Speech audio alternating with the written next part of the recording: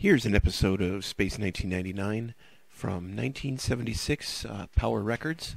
This one's called It Played So Softly on the Ear. Adrift in the great void of space, the personnel on Moonbase Alpha have experienced so much that is strange and inexplicable. They have become accustomed to expecting the unexpected. Paul, did you hear that? You hear what? I don't hear anything unusual. A sort of strange, haunting music.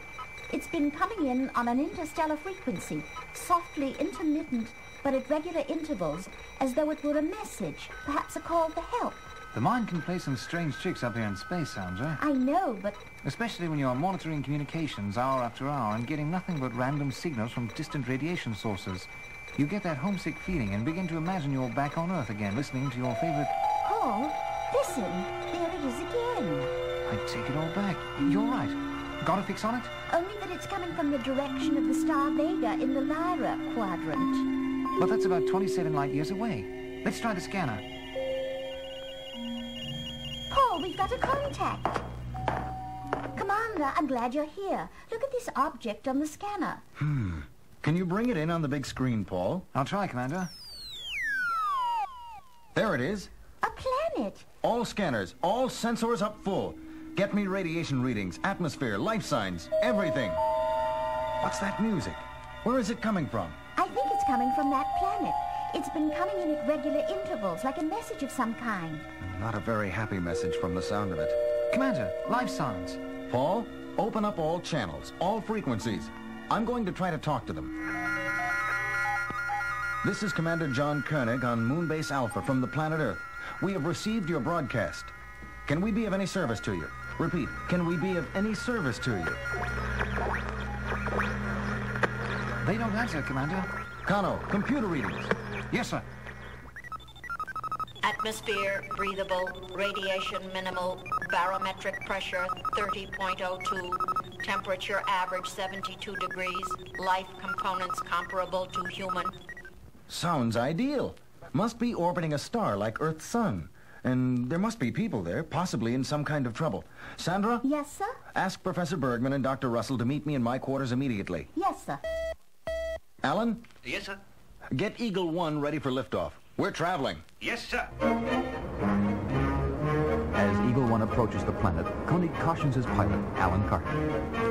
Course correction 5 degrees green, Alan. We're veering off. I know, Commander.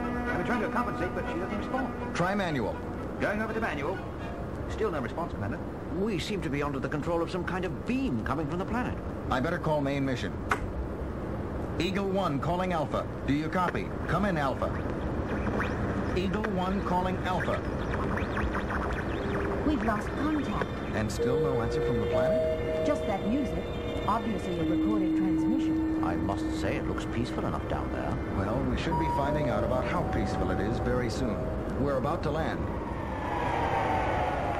Opening the door of the Eagle, they discover they have docked at an airlock under automatic guidance. Transparent glass walls enable them to observe the planet's surface as they walk cautiously down the airlock corridor. It's lovely. Like a scene in the English countryside. Or autumn in Connecticut. The trees and shrubs aren't exactly the same, but it makes me feel quite at home. I wish I could feel that way, but I can't. There's something wrong in the picture. Houses, roads, even children's playgrounds, but not a sign of life. Exactly. No people. No life of any kind, except for the vegetation. Commander, the door up ahead. It's opening. Seems like we're expected. It's an elevator. Well, let's not disappoint our host. As they step into the elevator, the door closes behind them, and the elevator descends. Far below the surface, it stops. The door opens, and they enter a well-lighted but empty chamber. As the elevator door closes behind them, they hear a soft hissing sound, like escaping steam. Gas! Pouring in through those grills! John, I feel dizzy. Helena. Oh. They all fall to the floor, unconscious. When they wake up a couple of hours later, they are in a large, well-lit, comfortably furnished hall. Seated before them on throne-like chairs are two aliens, one male, one female. Welcome, Alphans. I am Harmon, leader of what remains of the people of the planet Phoebus. And this is Dr. Melos, in charge of physical medicine. Some welcome. We come in peace and you attack us. Oh, the decontamination chamber. My sincere apologies for that. But I assure you that it is quite harmless. Yeah, it's a gas. But very necessary. Phoebus has been the victim of a mysterious virus which destroyed all life on the surface of the planet and reduced our people to a state of total physical and reproductive impotence. We could not risk your being exposed to the contagion and bringing it down here. We believe the virus was caused by a massive energy flare-up on Vega 50 years ago, which triggered a similar flare on our own Condos, a star like your Earth's sun.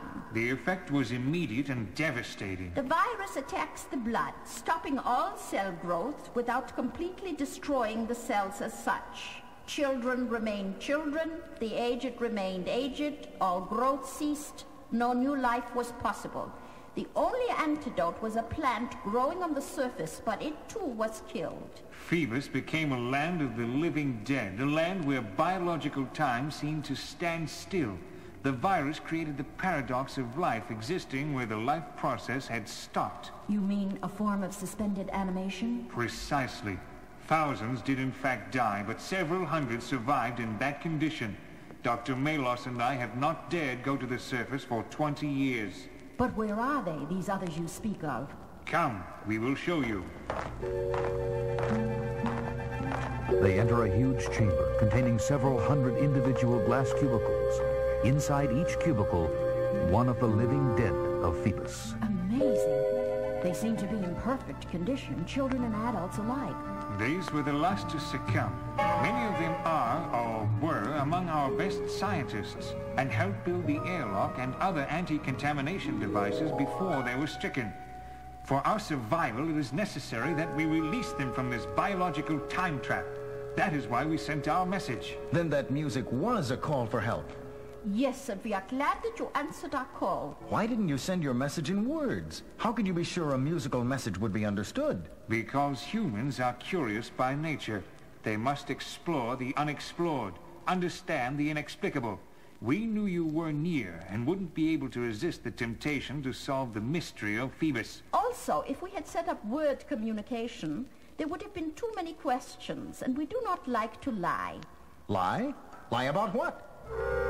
Commander, I shall get right to the point. In order to restore my people to their normal condition, it is necessary for them to have a total blood exchange. Blood exchange? You mean with us? But that would kill us. Unfortunate, but true. What kind of people are you? You say you don't like to lie, but you wouldn't hesitate to kill for your own purposes.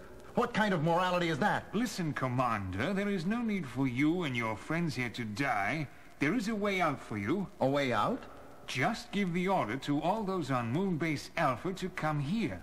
That would give us a sufficient supply of... You pride yourselves on your understanding of humans, but you understand nothing. You will not cooperate? Not on your life.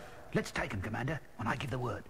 Not on my life, indeed. It is your life that is at stake. You have no weapons. We saw to that. And you are completely in our power. We have no choice but to use you to restore 4 of our... Now, Commander! Carter and Koenig leap toward Harmon, but before they can reach him, they are stunned by laser guns fired by Dr. Melos and Harmon simultaneously. Helena and Victor move to help them, but they too are struck down. When they regain consciousness, all 4 find themselves strapped down on operating tables next to 4 of the glass cubicles. Dr. Melos is getting ready to perform the transfusions that will drain the life from their bodies.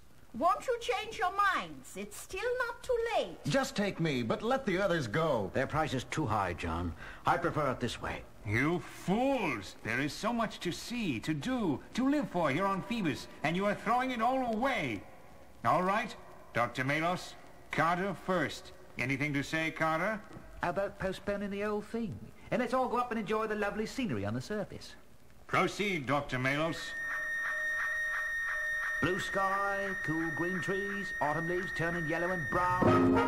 Yellow and brown? Yellow and brown? Dr. Melos, do you know what that means? Stop all procedures until I return. Return? Return from where? From my first look at the surface in 20 years. Later, in Eagle 1 on the way back to Alpha.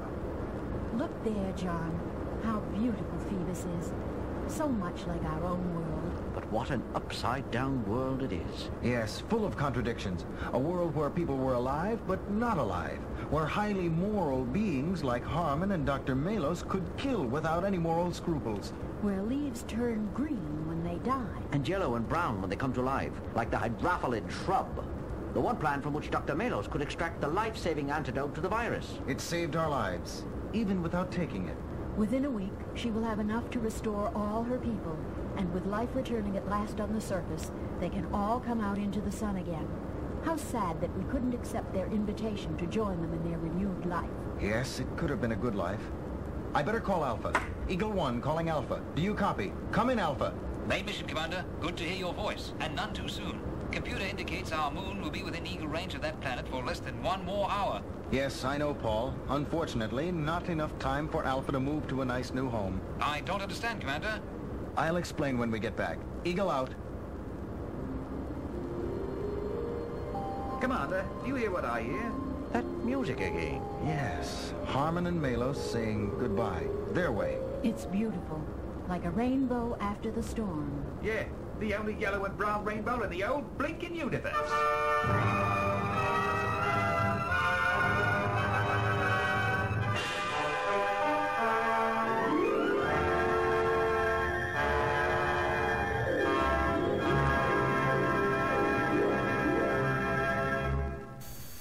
And there you have it, another classic Power Records production from 1976. That was Space 1999, and it was titled It Played So Softly on the Ear.